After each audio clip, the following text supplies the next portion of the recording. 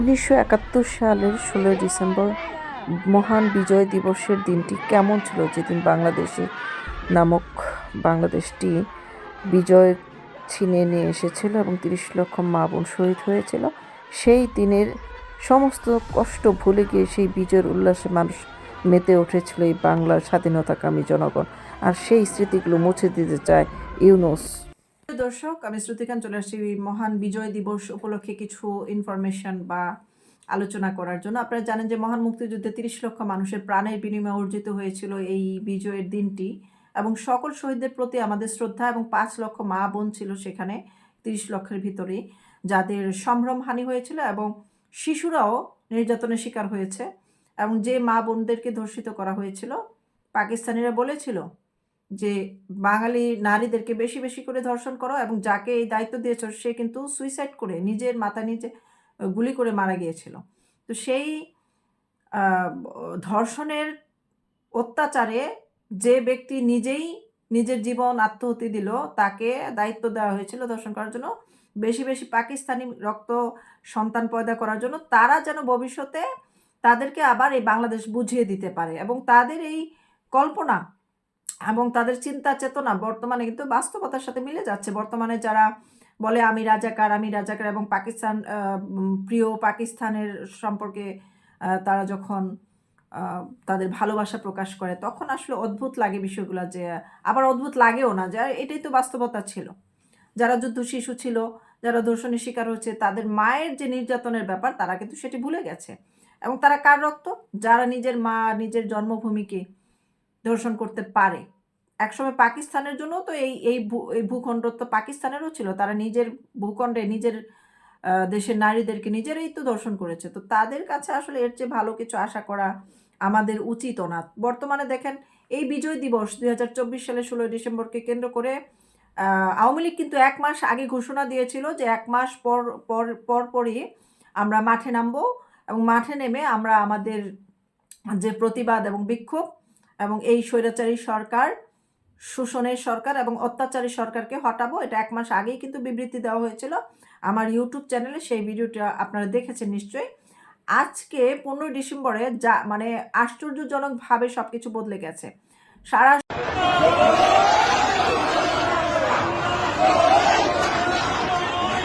শহর জুড়ে, সারা বাংলাদেশ জুড়ে জয় বাংলা স্লোগানে মুখরিত হয়ে গেছে।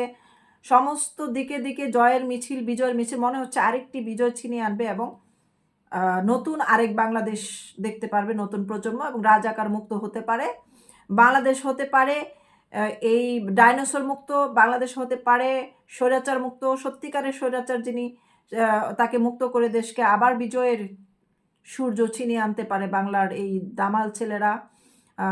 সেই পথের দিকেই, সেই দিকেই যেন এগিয়ে যাচ্ছে, জয়ের দিকে। এবং সেই জয়ের ধ্বনি তারা সবাই জানে যে তাদের উপরে হামলা হতে পারে, যে কোনো ধরনের অ্যাটাক হতে পারে, যে কোনো বিপদ হতে পারে। তারপরেও কিন্তু তারা সমস্ত কিছু জেনে মৃত্যুকে কপালে কাফন বেঁধে রাজপথে নেমে আসে। এবং রাজপথের যত সাধারণ নাগরিক আছে, মুচি চামা, রিক্সাওয়ালা, কুলি থেকে ধরে ফেরিওয়ালা থেকে ধরে প্রতিটা মানুষ কিন্তু এখন বলছে আমরা আগেই ভালো ছিলাম, এবং তারা ছাত্রলীগকে আহ্বান করছে তোমরা আবার মাঠে নেমে আসো। এবং এই সমন্বয়করা, যারা সমন্বয়কের নামে যারা পাকিস্তান প্রেমকে প্রতিষ্ঠিত করেছে এবং ভারত বিদ্বেষী সৃষ্টি করে বাংলাদেশকে একটি অন্ধকারের ভবিষ্যতের দিকে নিয়ে যাচ্ছে, তারা যদি মারাও যায়, তাদেরকে কবর থেকে তুলে এনেও ফাঁসি দেওয়া উচিত। এটা সাধারণ জনগণ বিভিন্নভাবে আমাদেরকে মেসেজ দেওয়ার চেষ্টা করছে এই দেশের জনগণকে। এবং রাজপথে নামলে দেখা যায় সাধারণ প্রত্যেকটা নাগরিক তাদের প্রতি বিরক্ত, তিক্ত অভিজ্ঞতা প্রকাশ করে, তাদেরকে গালাগাল করে। এবং এমনও শোনা গেছে ডক্টর ইউনূসকে, ওনার 85-র উপরে 86 বছর বয়স, তাকেও মানে এমন হুমকি দিয়েছে এই বয়সে তাকে নাকি বলাৎকার করতে চায়, এরকম একটি বাক্য একজন বলে ভাইরাল হয়েছে, যে আমি এই মুহূর্তে সুযোগ পেলে তাকে এই কাজটা করে হলো দেশ থেকে বের করতে চাই। মানে দেশের মানুষ এখন হাঁপ ছেড়ে বাঁচতে চাচ্ছে ইউনূসের কাছ থেকে। সে হাঁপ ছেড়ে বাঁচা আসলেই আমরা জানি এটা কঠিন কাজ, খুব সহজ হবে না। কারণ এই বাংলাদেশের মানুষের, এই তরুণ প্রজন্মের কাছ থেকে 71-এর যে ইতিহাস, বঙ্গবন্ধুর যে চেতনা, সেটা কেড়ে নেওয়া হয়েছে। প্রত্যেকটা শিক্ষা প্রতিষ্ঠান তারা দখল করেছিল ম্যাটিকুলাস অনুযায়ী, প্ল্যান অনুযায়ী, এবং সেটা যুক্তরাষ্ট্রের বাইডেন ম্যাটিকুলাসলি প্ল্যানের যে তাদের 3টি সংগঠনের মাধ্যমে 5 বছর যাবৎ তরুণ প্রজন্মকে দিকভ্রষ্ট করা এবং ভারত বিরোধী করার জন্য প্রচুর পরিমাণে বাজেট ইনভেস্ট করেছে, প্রচুর পরিমাণে লোকবল তারা কাজে লাগিয়েছে, এবং তাদের 3টি বড় বড় সংস্থা এখানে বাংলাদেশে থেকে কাজ করেছে, যারা এই মুহূর্তে বাংলাদেশে আর নেই। তারা, আপনারা দেখেছেন আওয়ামী লীগ সরকার আমলে ভুরি ভুরি সংগঠন, ভুরি ভুরি ব্যানার, ভুরি ভুরি মানে লোকজন, ছোট 2জন 4জন মিলেই বিভিন্ন জায়গায় দাঁড়িয়ে যেত ব্যানার নিয়ে সরকারের বিরুদ্ধে, শুধু আন্দোলন আর আন্দোলন, বিভিন্ন দাবি আর দাবি, খালি নেগেটিভ সমালোচনা আর সমালোচনা। চায়ের দোকানে গেল নেগেটিভ সমালোচনা, ভালো কাজের কোনো সমালোচনা হয়নি। যদিও শেখ হাসিনা সরকারকে 5 বছর ধরেই তাকে বিভিন্ন অ্যাডভাইস যারা করে এসছে, অ্যাডভাইজার, তারাও ছিল তাদের মেটিকুলাস প্ল্যানের লোকজন, যার কারণে তিনি পথভ্রষ্ট হয়েছেন, মানে বিভিন্ন সিদ্ধান্তহীনতায় তিনি ব্যর্থতার পরিচয় দিয়েছেন। কিন্তু তার নিজের সততার জায়গায় তিনি কিন্তু এক চুলো ব্যর্থতার পরিচয় দেননি। তিনি অনেক কাজ ভুল সিদ্ধান্ত নিয়েছেন, কিন্তু দেশের মানুষকে তিনি ঠকানোর মতো কোনো কাজ করার চিন্তা করেননি। তিনি নিজে কোনো ভোগ বিলাসিতা করেননি, কিন্তু তার আশেপাশের কিছু মানুষ তাকে করাপশন করে তার কাছ থেকে যে সুবিধা গ্রহণ করেছে, এবং তারাই বর্তমানে আবার বিএনপিতে যোগ দিয়েছে, জামাত ইসলামে যোগ দিয়েছে। ত্যাগী এবং সৎ নেতাকর্মীরা ওনার আশেপাশে মানে ভিড়তে পারে নাই, ওনার কাছে যে দুঃখ সুখের কথা জানাতে পারে নাই, নিজের সম্পর্কে কোনো ভুল তথ্য ওনার কাছে প্রচার হলে সেটির পজিটিভ দিকটা, সত্যতা তুলে ধরার সুযোগ পায়নি, যার কারণে তার অনেকগুলো ভালো কাজ ঢাকা পড়ে গেছে। শেখ হাসিনার অনেক ভালো কাজ ঢাকা পড়ে গেছে, অনেক ছোট ছোট ভুল বড় বড় ভালো গুণকে নষ্ট করে দিয়েছে। তো তিনি হয়তোবা এই মুহূর্তে অনুশোচনা করছেন, যদিও অনেক দেরি হয়ে গেছে। কিন্তু আবার অনেক বিশ্লেষকরা বলছেন এই জুলাই আন্দোলন দরকার ছিল।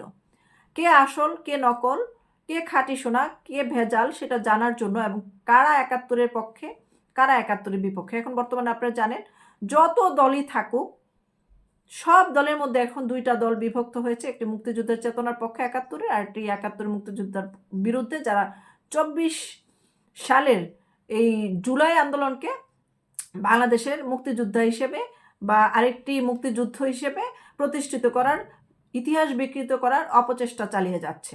ডক্টর ইউনূস ভয়েস অফ আমেরিকাতে যেমন বলেছে যে সব কিছু তো রিসেট বাটনে পুশ করে দিয়েছে তরুণ প্রজন্মের। আপনি দেখছেন না, এখনকার কথা বলেন। তার মানে পুরনো অতীতের, মানে বাংলাদেশ সৃষ্টির পিছনে যাদের অবদান, সেই অবদানের কোনো প্রশ্ন তাকে করা যাবে না, সেই ইতিহাস সে রাখবে না, সব কিছু ধুয়ে মুছে আস্তে আস্তে সে পরিষ্কার করে দেবে। আপনারা জানেন যে তিনি শহীদ বুদ্ধিজীবীদের বৌদ্ধভূমিতে গিয়ে সম্মান জানাতে গিয়েছিলেন, এবং সেখানে জুতো পায়ে তিনি ফুল দিয়ে সম্মান জানাতে গিয়ে অসম্মান করে আসছেন। 1 মিনিটের জন্য বা 2 মিনিটের জন্য কি তিনি পারতেন না জুতো ছাড়া সেখানে অবস্থান করতে? কারণ তিনি বর্তমানে মানে প্রথম অবস্থানে অবস্থান করছেন ক্ষমতার দিক থেকে, এবং সর্বময় পাওয়ার ওনার হাতেই সব কিছু, উনি বাংলাদেশ চালাচ্ছেন। রাষ্ট্রপতির হাতে এখন ক্ষমতা না, রাষ্ট্রপতি শুধু একজন পুতুল। সেই রাষ্ট্রপতি যদি জুতা খুলে খালি পায়ে সম্মান জানাতে পারে, এবং দুজন আলাদা আলাদাভাবে সম্মান জানিয়েছে, এমন নয় যে একজনকে দেখে আরেকজন কপি করেছে বা একজনকে দেখানোর জন্য করেছে, সেরকম না। তো রাষ্ট্রপতিকে ভিডিওতে স্পষ্ট দেখা গেছে তিনি প্রথমে সম্মান জানিয়ে ওনার মতো তিনি চলে আসছেন। পরবর্তী সময় ডক্টর ইউনূস গাড়ি নিয়ে, বহন নিয়ে ঢুকে সিকিউরিটি নিয়ে জুতা পায়ে, মানে সে রাজকীয়ভাবে সে নিজেকে তার চেয়ে অনেক ঊর্ধ্বে মনে করে। যেমন যে ভুল আমরা শেখ হাসিনাকে বলি যে শেখ হাসিনা এই ভুলগুলো করছে, তার চেয়ে বড় বড় ভুল তিনিও কিন্তু করে যাচ্ছেন প্রতি পদে পদে। তিনি নিজেকে অনেক ঊর্ধ্বে মনে করেন। নবী রসুলকে নিয়েও তিনি যে কটূক্তি করেছেন, হাস্যরস মন্তব্য করেছেন, সেটাও কিন্তু নিজেকে অনেক ঊর্ধ্বে নিয়ে গেছেন, যে তিনি নবী, জনপ্রিয় নবী তৈরি করার কারখানা, মেকার, তিনি এত বড় উচ্চ পর্যায়ে নিজেকে নিয়ে গেছেন। সেই থিরু দিয়ে নিজেকে মানে সারা বিশ্বের শ্রেষ্ঠ মানব হিসেবে পরিচিত আছেন। সেই ব্যক্তি জুতা পড়ে গেছেন, মানে তিনি শহীদদের চেয়েও অনেক বড় কিছু। এই লোকটার শেষ পরিণতি যে কত ভয়ঙ্কর হবে এটা হয়তো আমরা কল্পনা করতে পারছি না। এবং সেই জায়গায় আপনারা জানেন ইউনূস চলে আসার পরে যারা মুক্তিযুদ্ধ করেছে, সরাসরি মুক্তিযোদ্ধারা সেখানে সম্মান জানাতে যে অপমানের শিকার হয়েছে, অপদস্থ হয়েছে। তাদেরকে জিজ্ঞেস করা হচ্ছে কিসের জাতির পিতা, আপনি কিসের জন্য আসছেন, কার চেতনায় আসছেন। এমন অসংখ্য অপমানজনক শব্দচয়ন আমরা দীপ্ত টেলিভিশনের পর্দায় দেখতে পেয়েছি। অপমান করেছে, মানুষকে হতভম্ব করে দেওয়া হচ্ছে, মানুষকে সম্মান জানাতে দেওয়া হচ্ছে না।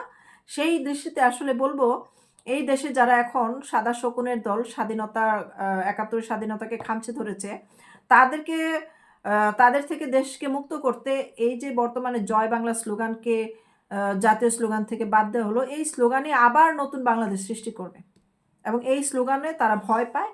এটা মুক্তির স্লোগান, এটা শোষিত মানুষের, কামী মানুষের, শোষিত নির্যাতিত সরকারের হাত থেকে নিজেদেরকে মুক্ত করার স্লোগান, জাতিকে মুক্তির পথ দেখানোর স্লোগান।